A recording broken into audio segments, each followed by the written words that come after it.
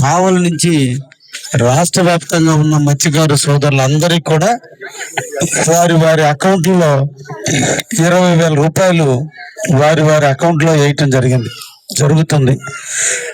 దానికి మన కావలి నియోజకవర్గానికి రావటం ఎక్కడో కాదు, మన తుమ్మలపేటలోని మత్స్యకారు సోదరులకి ఇళ్ల దగ్గరే ఈ కార్యక్రమాన్ని నిర్వహిద్దామని చెప్పి ఈ రోజున ఆ కార్యక్రమాన్ని ఇక్కడ మనం నిర్వహించడానికి జిల్లా కలెక్టర్, జిల్లా పార్టీ అందరూ కూడా నిర్ణయించడం జరిగింది.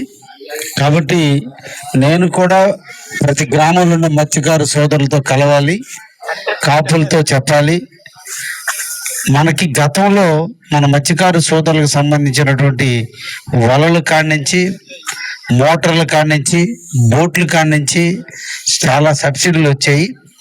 గత ప్రభుత్వంలో ఆ సబ్సిడీలు ఆగిపోయినాయి, మళ్ళా ఇంకా ప్రారంభం కాలేదు. కాబట్టి ముఖ్యమంత్రి గారు మన ఊరికే వస్తున్నాడు. కాబట్టి మనందరం కూడా వారిని సాధారణంగా ఆహ్వానించి, మెప్పించి, ఒప్పించి మన యొక్క సమస్యలు వారి దృష్టికి తీసుకెళ్ళి మనం పడేటువంటి బాధలన్నింటినీ కూడా వారికి చెప్పి వాటన్నిటిని పరిష్కారం చేయించుకుంటే బాగుంటుందని ఈరోజు మనం అడగంగానే ముఖ్యమంత్రి గారు మన ఊరికి అవకాశం ఇచ్చాడు.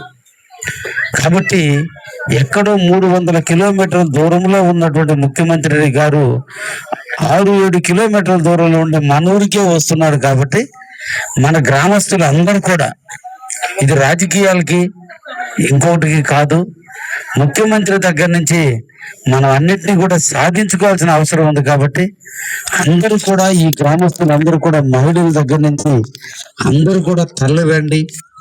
ఉదయం 9 గంటలకల్లా మనందరం కూడా అక్కడ ప్రాంగణానికి చేరుకోవటం, అక్కడ ప్రోగ్రాం 11:30కి లేదా 12 గంటలకి అయిపోతుంది. అయిపోయిన వెంటనే అందరికీ కూడా అక్కడ రెసిడెన్షియల్ స్కూల్లో భోజన సౌకర్యాలు ఏర్పాటు చేసి ఉన్నాను. అందరూ కూడా విందు ఆరగించి అందరూ సుభిక్షంగా ఇంటికి రావడానికి అన్ని సదుపాయాలు నేనే చూస్తున్నాను.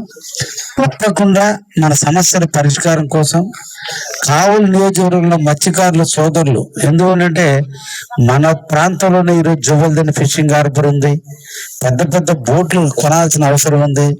ఉన్న సబ్సిడీ చాలదు, ఇంకా సబ్సిడీ పెంచి నాకు ఇవ్వండి అని మనం అడగాలన్నాం.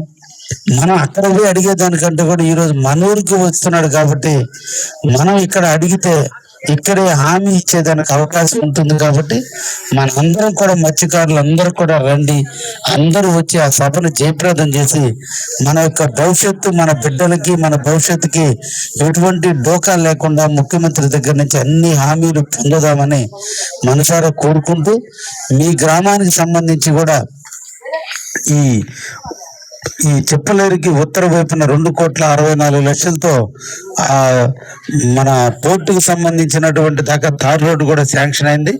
అతి తొందరలో దాన్ని కూడా ప్రారంభించడం కూడా జరుగుతుంది. 2,64,00,000తో సముద్ర పొడ్డు దాకా ఇప్పుడు ఉన్నటువంటి రోడ్డు మీద మనకి బ్రిడ్జి ఏర్పాటు చేసి బకింగ్హామ్ కెనాల్ మీద అవతలకు పోయేదానికి తార్ రోడ్డు కూడా శాంక్షన్ అయింది. తొందరలోనే ఎవరో ఒకరు కాంట్రాక్టర్ వచ్చి దాన్ని కూడా ప్రారంభిస్తారు. ఇంకా అదేవిధంగా